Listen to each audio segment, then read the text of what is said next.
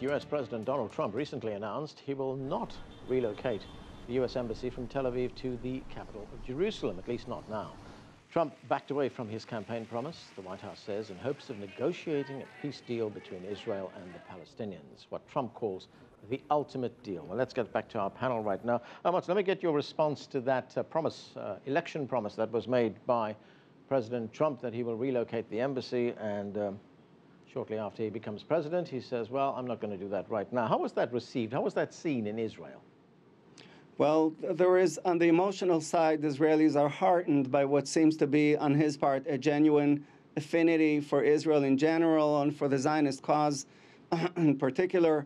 And he's much more attentive to the more conservative parts of the Israeli political system, all in comparison with his predecessor, Barack Obama, who made of himself, for many Israelis, anathema. Having said this, on the programmatic side, Israelis don't see the change. At the end of the day, as could have been expected, even Donald Trump follows the interests of the American nation as interpreted by the State Department, and those do not parallel the interests of or the aims of the Israeli right wing. And there are those of us who knew this in advance and are not surprised by these dynamics. Khalil, I want you to take a listen to what President Mahmoud Abbas said about the future of a Palestinian state. Let's watch. I, once again, would like to emphasize our position, which is two states along the 1967 borders, a state of Palestine with East Jerusalem as the capital, living alongside the state of Israel in security and peace to solve the issue in a definitive way. Do you believe that a two-state solution is still possible at this stage? And do you believe President Abbas is the man to lead to that two-state solution? I think a two-state solution right now is probably the most reasonable approach to solving politically and peacefully this conflict. But no, I'm not optimistic. I don't think it's possible at all. After all, you have to understand the past 50 years. So in addition to the positive things we referred to earlier in terms of change in public opinion, mellowing kind of on both sides, the fact of the matter, Israel has almost made it impossible to have a two-state solution today. So if you were to go to the West Bank today and visit the area, the construction, the settlement construction, the fact of the matter has spread so much in reality that it made the exchange of land for peace virtually impossible. We're talking about exchanging 20% of historic Palestine with the Palestinians in return for peace with Israel in some like 79% of historic Palestine. Many Palestinians are willing to accept that, not all, but they have certain conditions. They are not willing to partition the 20% in terms of like keep 40% of that and give 60% to the settlers. That is a non-starter, and that's where we are stuck today, and that's the reason I say that even though the two-state concept makes sense, it's not feasible anymore, because Israel has created enough facts on the ground to make it impossible to implement a two-state solution. Aaron, what's your view on that, on a two-state solution? Can it happen? And of course, the other question is, if it can't happen, what's the alternative? Well, if it can happen, the alternative is likely a continuation of the status quo, which would be deeply problematic for Palestinians because it would mean they would be living under occupation for another decades, 2 decades, or an indefinite period. Whether it can happen, there are multiple factors. Khalil mentioned the continuation of settlements, which is very deeply concerning for many Palestinians. The Israelis are very concerned about if they withdraw from territories like they withdrew from Lebanon in 2000 and they got rockets from Hezbollah, like they withdrew from Gaza in 2005 and they got more rockets from Hamas, that if they withdraw from the West Bank, that would lead to rockets and missiles fired upon their international airport in Ben Gurion Airport or in Tel Aviv. So the risks exist on both sides for a two-state solution. So, Amotz, as Aaron points out, Israel's primary concern here is security. How does that square with a two-state solution? Well, Israel's primary concern right now, besides security, as I've said before, is that the Palestinian leadership do not deliver Gaza, and worse yet, Gaza not only does not obey Ramallah, but Gaza is fundamentalist Muslim in today's world, and with this week's news, we understand what that means and what kind of fanaticism that brings into the equation. This, from the Israeli viewpoint, is the worst aspect of the situation. The situation at which the dilemmas of the sort that you raise arise is when they change over there and or are somehow reined in and cease to be Muslim fundamentalists. Then the question of how do we reach arrangements arise. And I would say that should that day, I believe that day will arrive. But once it arrives and we have a pacified or a more mellow type of mainstream Palestinian or Palestinian leadership that includes Gaza, then we will know also how to create these arrangements the way we did them with Egypt. It's doable. What you need for that is a change of heart on both sides of the divide. And in Israel, I should emphasize, we, the Israeli voter, we brought to power here previously and repeatedly peacemakers. We did that with Ehud Barak, who tried to deliver the deal in 2000, and then with Ehud Olmert in 2008. And sadly, while they brought to the desk all the arrangements about which you're asking, Anand, they were rejected. You want to respond to that? Well, I mean, I don't want to get into the tit-for-tat disagreements because there are so many things that were mentioned that need to be responded to. It is true that Israel did have some leaders that were willing to basically deal with some of these issues. Not all of them. I know some of these leaders in person. I've met with them. I think probably Ehud Olmert probably has done more than most people out here in the States realize in this respect. A lot more probably than Ehud Barak, and I know both of them very well.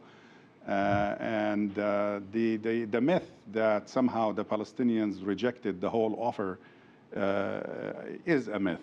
The fact of the matter, there was some acceptance of some of the offer, but the offer was not sufficient to meet, if you will, the minimum requirements of the Palestinian side in order to strike a deal. That's where the two parties got stuck. Khalil, let me ask you this. No doubt there will be some kind of nudging, persuading that needs to be done on the part of both sides. We often talk about the United States playing that role, but what about regional players? What about countries in the Middle East, like Egypt, Saudi Arabia, Iran, for that matter? Well, there is a lot of confusion about that at this time. First of all, with regards to the U.S., I'm not sure the U.S. can play the role of an even-handed arbiter, even if it wanted to. It's impossible for it to do that under President Trump for reasons that Amotz referred to and I referred to earlier. With regards to some of the Arab countries, they could play a positive role. Trump is trying to use that, if you will, as a bait to attract the Israelis, because the Israelis, frankly, are more interested in peace with Arab countries than in peace with the Palestinians, because peace with the Palestinians require territorial compromise. Peace with the Arab countries is state to state. It doesn't require any change, if you will, generally speaking, and to a large extent, Israel has achieved that. Israel has achieved a de facto peace, but it's not satisfied because it's not a permanent peace. It could go another way simply with a change of government in one of these neighboring countries, and there we go back to ground zero. So it would prefer to have peace, but it's not willing to pay the price. Now, some of the Arab countries could play a role. Right now, the situation is so confused with regards to relations with Israel and relations with the Palestinians that most Palestinians are confused as to whether some of these Arab leaders are really friends or foes. Aaron, Israel has also been targeted by a campaign, which is mainly here in the United States, the boycott, divestment, and sanctions movement. It's mainly on American university campuses. Has that had any effect on Israel at all? Has it influenced how Israel thinks and what it will do? In a very minimal extent. The BDS campaign, while influential, as you said, on certain American college campuses, hasn't impacted the Israeli economy, which is quite booming. Unemployment rates in Israel are relatively low, and the economic pressure from some of these calls really hasn't impacted Israel very much. Amotz, there have been some Israeli critics of the current government. They've been very harsh. Gidon Levy is a liberal columnist for the Israeli newspaper Haaretz, and he said this. He said, Israel should grieve what happened to it since that awful summer of 1967, the summer when it won a war and lost almost everything. It is stronger and richer than in 1967, but it is also corrupt and rotten, as only an occupier can be. What do you say to statements like that? This came from an Israeli. Well, they leave me unimpressed. We live in the same country, and I think Gidon Levy is very marginal here. He's not the issue. The issue is the frustration that we mainstream Israelis feel.